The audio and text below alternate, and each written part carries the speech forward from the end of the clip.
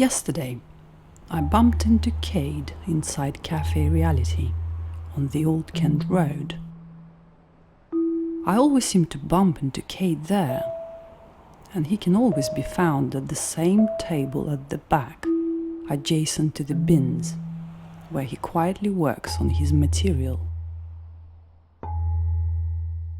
Some people say that he is a topologist, a speculation he neither affirms nor denies, although I prefer to think of him as a cartographer of sorts.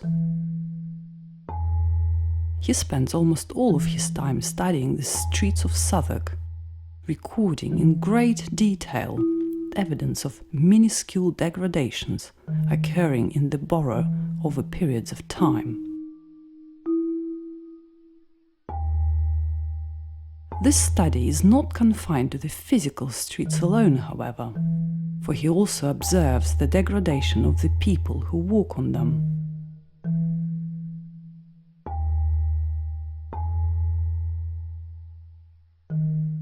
It is impossible to learn from CADE the exact reasons for his work, however, because he cannot speak.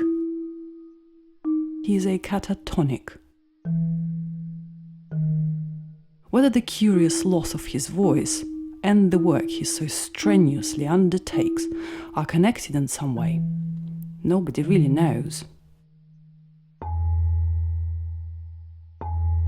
When I arrived, I found CADE hunched over a plate containing a lonely saveloy. He was pushing it around with the end of his fork and making small incisions into it. And when the piece chanced to break off, he would then position it as though according to some plan. To me it looked as though he was creating a crude diagram of Southwark. But, as with anything CADE does, it is tempting to read too much into it.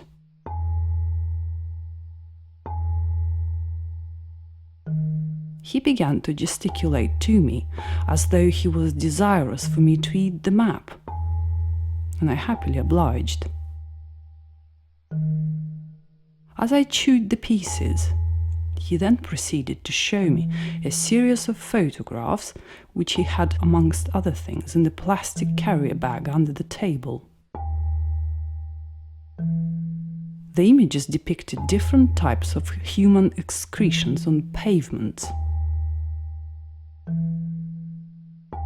The flavour of the processed meat, coupled with the unsavoury images, involuntarily caused me to project violent, almost animal paroxysms, which CADE then carefully notated in his journal. When I recovered my senses, I noticed that everybody in the cafe was now watching me, and the idea flashed through my mind that CADE has unveiled to me a dimension of territory to which I had previously been ignorant.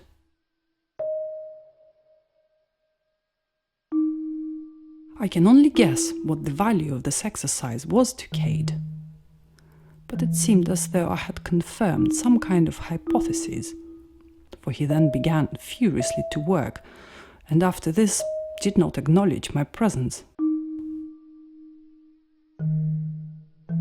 I tried to observe what he was writing for a while, but to me it just seemed an insensible scrawl, and it was hard to imagine that it could have meant anything to anyone.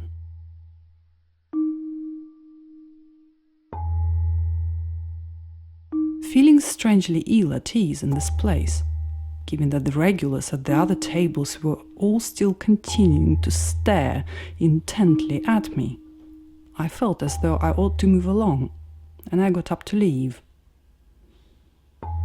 As I was going, however, CADE gripped my arm hard and pushed something into my hand. It's funny, but I never noticed before the uncanny length of his fingers. When I got out onto the street, my unease was not allayed, however, but was actually intensified.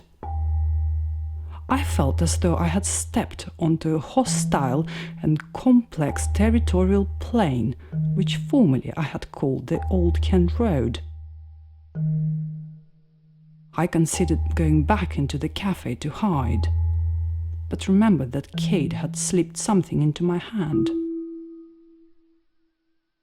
I opened the hand in hope that he had given me some kind of guidance, but all I found was the bill for the Savoy.